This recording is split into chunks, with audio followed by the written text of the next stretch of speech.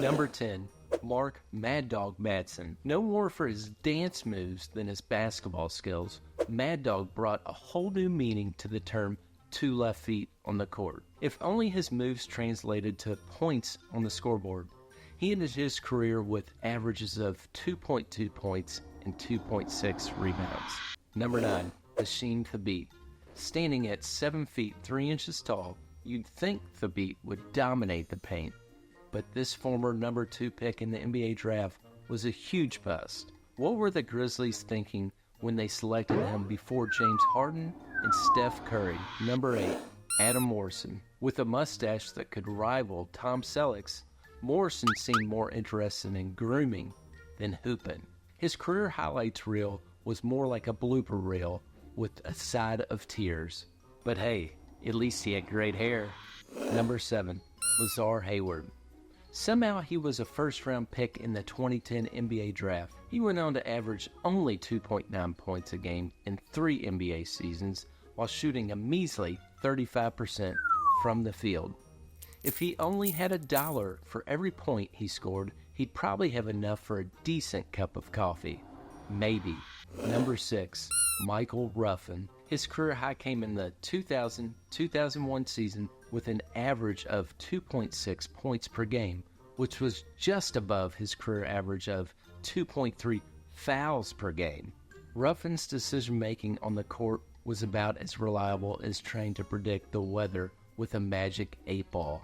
I mean, this guy couldn't even toss the ball in the air to preserve a win in the final seconds. Oh, not possible!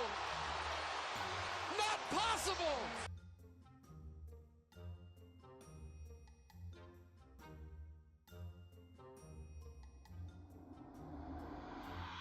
Number 5. Brian the Custodian Cardinal. With a nickname like his, you'd think he'd clean up on the court, but Cardinal's game was more like a mop bucket full of missed shots and turnovers.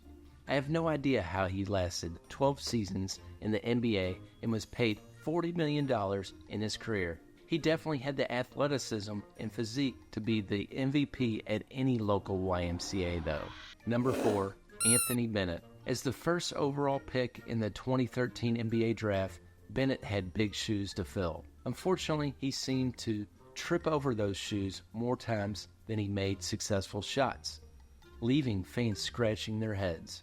He managed to average only 4.4 points a game over 4 NBA seasons while shooting only 39% from the field. Number 3. Brian Scalabrine. Nicknamed the White Mamba, Scalabrine's skills on the court were about as deadly as a garden snake. In his final 2 NBA seasons with the Chicago Bulls, he managed to average just 1.1 points per game. But at 6'9", he managed to fool the Nets, Celtics, and Bulls in assigning him for a total of 11 NBA seasons. Number 2. Darko Milicic. As the second overall pick in the 2003 NBA draft, he was drafted just after LeBron and was thought to be a future star in the NBA. Instead, he became the poster child for draft bust, leaving fans wondering what happened. His NBA career was like ordering a gourmet meal and getting a peanut butter sandwich. Disappointing, to say the least.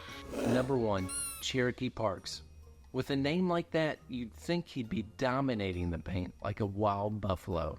Instead, Parks roamed the court like a lost cub, leaving a trail of missed shots and turnovers in his wake. Cherokee Parks, the worst NBA player of all time. While these players might be the worst ever to play in the NBA, I still have to give them some props for even making it in the league. I mean, after all, they could still probably beat 99.9% of the human population.